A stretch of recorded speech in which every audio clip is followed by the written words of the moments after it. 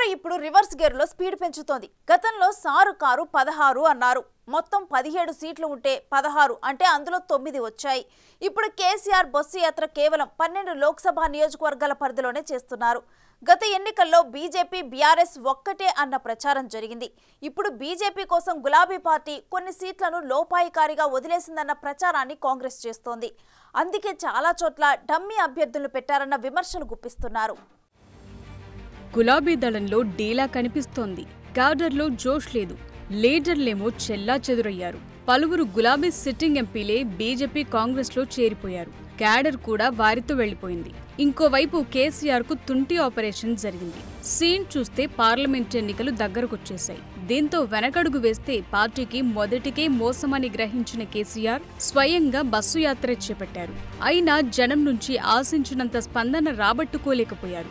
ఇంకోవైపు కాంగ్రెస్ 6 గ్యారంటీలు, ఉచిత బస్సు ప్రయాణం, రైతు భరోసా నిధులు జమ చేయటం, రుణమాఫీపై 15 ఆగస్టు గడువు పెట్టడం ఇవన్నీ జనాన్ని ఆలోచింపచేస్తున్నాయి. వీటి నుంచి జనం దృష్టిని మళ్లించేందుకు ప్రయత్నాలు చేస్తున్నా వర్కౌట్ కావటం లేదనుకుంటున్నారు. అసెంబ్లీ ఎన్నికల ముందు వరకు తెలంగాణలో తిరుగులేని రాజకీయ శక్తిగా ఉన్న బీఆర్ఎస్ ఇప్పుడు లోక్సభ యుద్ధం ముందు పూర్తిగా డీలా పడిపోయింది. జిల్లాల్లో గ్రూప్ తగాదాలున్నాయి. చాలా మంది పార్టీని వీడి వెళ్లిపోయారు. వలసలు ఆగటం లేదు. కేటీఆర్ రోడ్ షోలు పెద్దగా వర్కౌట్ కావటం లేదు. ఇక మాజీ మంత్రి హరీష్ రావు చాలా సమయం మెదక్ పార్లమెంట్ సెగ్మెంట్ కే కేటాయించుకుంటున్నారు. పెద్దగా ఎక్కడికి వెళ్లటం లేదు.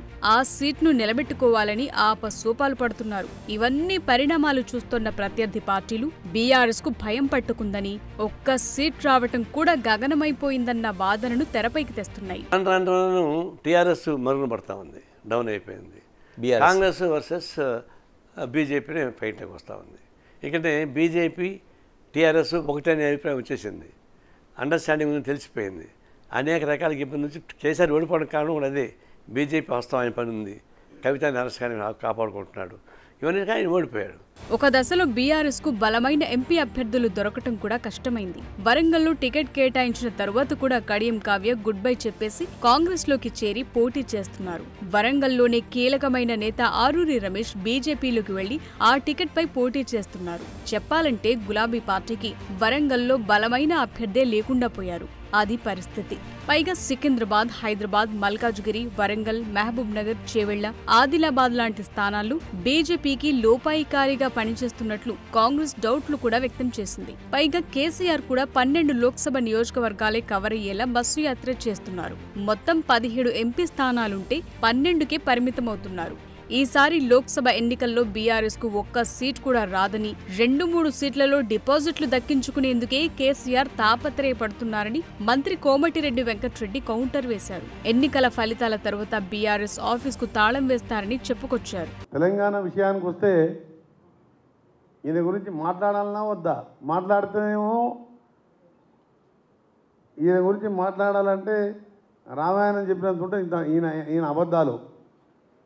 ఆయనని తిట్టినా వేస్టే. ఇప్పుడు ఆయన గురించి మాట్లాడినా టైం వేస్టే అనిపిస్తుంది. ఎందుకంటే నేను ఒక 4 నెలలుగా మంత్రిగా ఇప్పుడు ఈ 2 నెలలు వివిధ కాన్ఫరెన్స్లో తిరుగుతూ ఇక చచ్చిన పాముని మళ్ళా చంపేదెందుకని చెప్పినట్టు ఆయన తిట్టినా ఒకటే, ఆయన గురించి ఎక్కువ మాట్లాడినా టైం వేస్ట్ అని నా ఉద్దేశం. ఎందుకంటే 1-2 స్థానాల్లో డిపాజిట్ కోసం ఆయన పోరాటం చేస్తుంది తప్ప ఏ ఒక్క స్థానం వచ్చే అవకాశం లేదు. కాబట్టి నా టార్గెట్ అంతా ఇవాళ కులాల మతాల మధ్యన ఘర్షణ తీసుకొచ్చి ఎన్డీఏ కూటమితోనే మా టార్గెట్ ఇక్కడ. అసెంబ్లీ ఎన్నికల్లో మెజార్టీ ఓట్లు పొందిన లోక్సభ స్థానాలతో పాటు తక్కువ తేడాతో ఓడిపోయిన చోట బీఆర్ఎస్ తిరిగి ఆధిక్యం సాధిస్తుందా అన్నది చర్చనీయాంశంగా మారింది. నిజానికి గులాబీ పార్టీకి ఇప్పుడు రాజకీయంగా అస్సలు అనుకూల పరిస్థితి లేదు.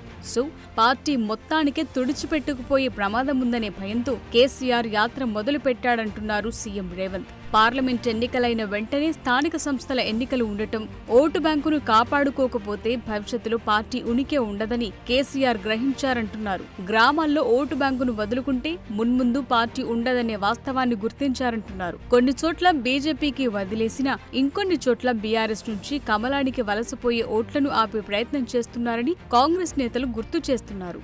నిజానికి గత అసెంబ్లీ ఎన్నికల్లో రైతులు, పెన్షన్దారులు కేసీఆర్ పార్టీకి దూరమయ్యారు. ఇప్పుడు బస్సు యాత్ర పాదయాత్రలో వారిని ఆకట్టుకునేలా సాగు, విద్యుత్ గురించి మాట్లాడుతున్నారు. నిజానికి అసెంబ్లీ ఎన్నికల తరువాత చాలా వరకు పరిణామాలు మారిపోయాయి. హైదరాబాద్ సహా చుట్టుపక్కల ప్రాంతాల్లో బీఆర్ఎస్ ఆధిక్యత కనబరిచి సీట్లు గెలిచింది. కానీ ఇప్పుడు ఖైరతాబాద్ లో దానం నాగేందర్ కాంగ్రెస్ లో చేరి ఇదే టికెట్ పై సికింద్రాబాద్ ఎంపీగా పోటీ చేస్తున్నారు. అటు మెదక్, మల్కాజ్గిరి, నిజామాబాద్, కరీంనగర్, ఆదిలాబాద్, చేవెళ్ల వంటి ప్రాంతాల్లో అసెంబ్లీ ఎన్నికల్లో బీఆర్ఎస్ కాస్త ఎక్కువ ఓట్ షేర్ సాధించినా ఇప్పుడు చాలా వరకు మొదటి, ద్వితీయ శ్రేణి నేతలు కాంగ్రెస్ లో జాయిన్ అయ్యారు. దీంతో ఓట్లు, సీట్ల వేటలో గులాబీ పార్టీకి టఫ్ ఫైట్ ఖాయంగా మారిపోయింది. పైగా జాతీయ స్థాయి అంశాలే ప్రధాన ఎజెండాగా కనిపించే లోక్సభ పోరులు, ప్రాంతీయ పార్టీ అయిన బీఆర్ఎస్ ఇంపాక్ట్ తక్కువన్న వాదనను కాంగ్రెస్, బీజేపీ వినిపిస్తున్నాయి. For more videos like this, subscribe Big TV channel.